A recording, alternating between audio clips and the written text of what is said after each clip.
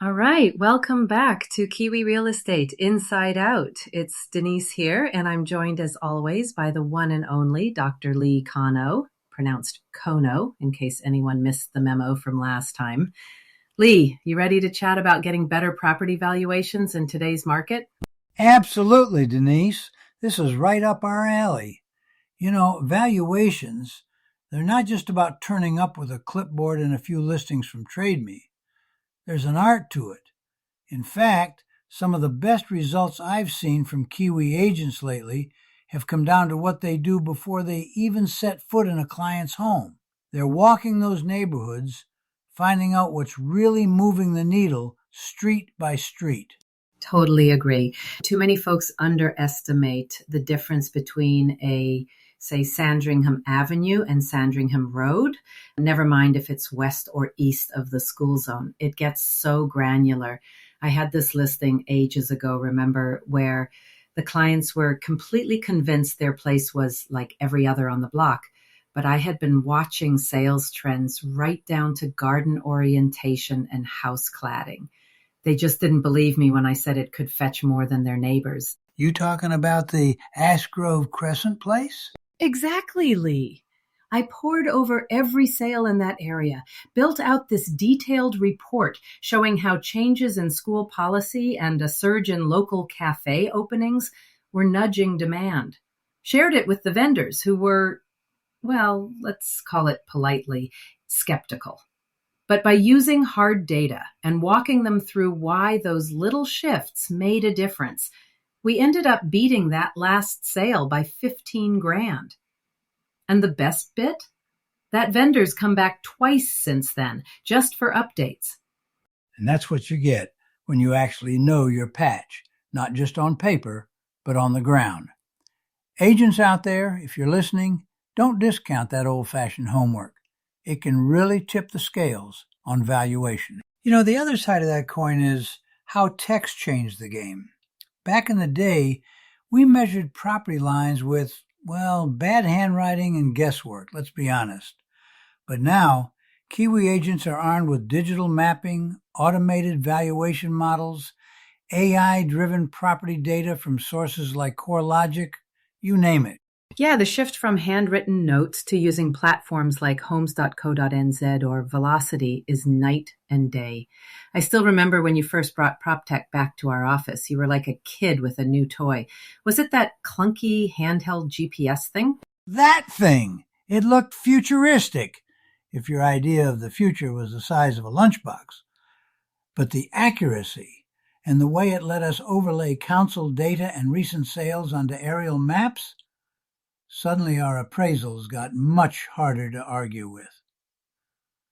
Now agents use mobile apps to walk through a property, take measurements on the spot, even show augmented reality versions of a renovation right at the listing appointment. Clients see that, and they get confidence, not just numbers. But I will say, tech's a tool, not a replacement for legwork or, that gut check sense. You still have to combine it with those local insights we talked about earlier. Otherwise, you're just parroting what the computer spits out. It's really the blend that gets you those defensible, actionable appraisals agents need today. Okay, bringing those numbers to life is what most agents, well, let's be honest, a lot struggle with, right? I've seen the difference a confident delivery can make. So let's workshop it for a second. Lee, you want to play my skeptical client? Oh, gladly. I've got suspicious vendor down to a science. Hi, Denise. I've had 2 agents already. They say my place isn't worth more than the last one on the street. What makes you so sure? So what I do is start with empathy. That makes total sense, Lee. But here's what's different about your place. The extra off-street parking, those updates you made in the kitchen. Plus, we're seeing a spike in buyers wanting move-in ready. I've pulled the last 6 sales in your pocket of the neighborhood, and I can show you how similar features not only boosted values, but also reduced time on market. Would you like to see the numbers? That's it. A clear, confident story rooted in real data. You're not overpromising. You're connecting the client's reality to the broader trends not just reading from a script. I heard about this agent in Auckland. She broke a street record using exactly that approach, brought together personalized facts and wider market stories, helped the vendors see where their property fit and why it could push higher. The buyer believed in the value because the narrative made sense, not just the digits.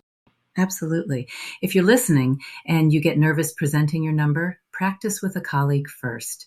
If you believe it, your client will too. It's contagious. And when you nail a valuation, or even if you just get close, the job's nowhere near over. Real estate is all about trust, and that doesn't stop after the sold sign goes up. Honest follow-up is how you keep clients for life in NZ, not just for one transaction. Right.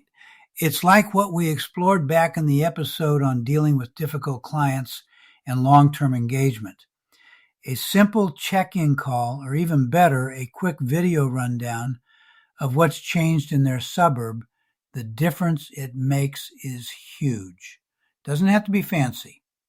A lot of our best repeat clients kept coming back just because we sent them regular market reports tailored to their property, or sent a heads up when school zones changed. It shows you're still on their team. And if things haven't moved, tell them that too. Transparency and honesty turn a one-off client into a referral engine. It's not about being the smartest person in the room. It's about being the most reliable. People remember integrity long after they forget price. That's huge here in the Kiwi market. If vendors know you've got their interests front and center and you don't fudge when you get it wrong, that's what earns the second or third call down the line, not just the first one. Something we hardly talk about enough, your local networks. I mean, in New Zealand, word of mouth and community connections still beat algorithmic data some days.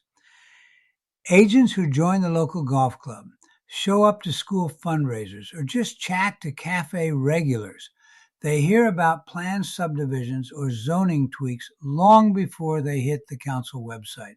Yes, we always tell trainees, get out from behind the desktop or phone once a week. There's just so much you pick up at open homes or local business nixers, like overhearing that 2 families are looking to upsize, or learning that a new train platform's in the works. That information is gold. It gives you a competitive edge to adjust valuations proactively, not reactively. And the data behind it, you can build a simple spreadsheet, keep notes on development activity or demographic changes.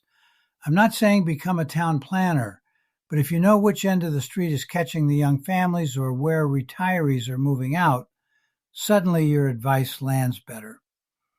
Agents who cultivate these local networks are usually the first to spot new market drivers, and their valuations reflect that.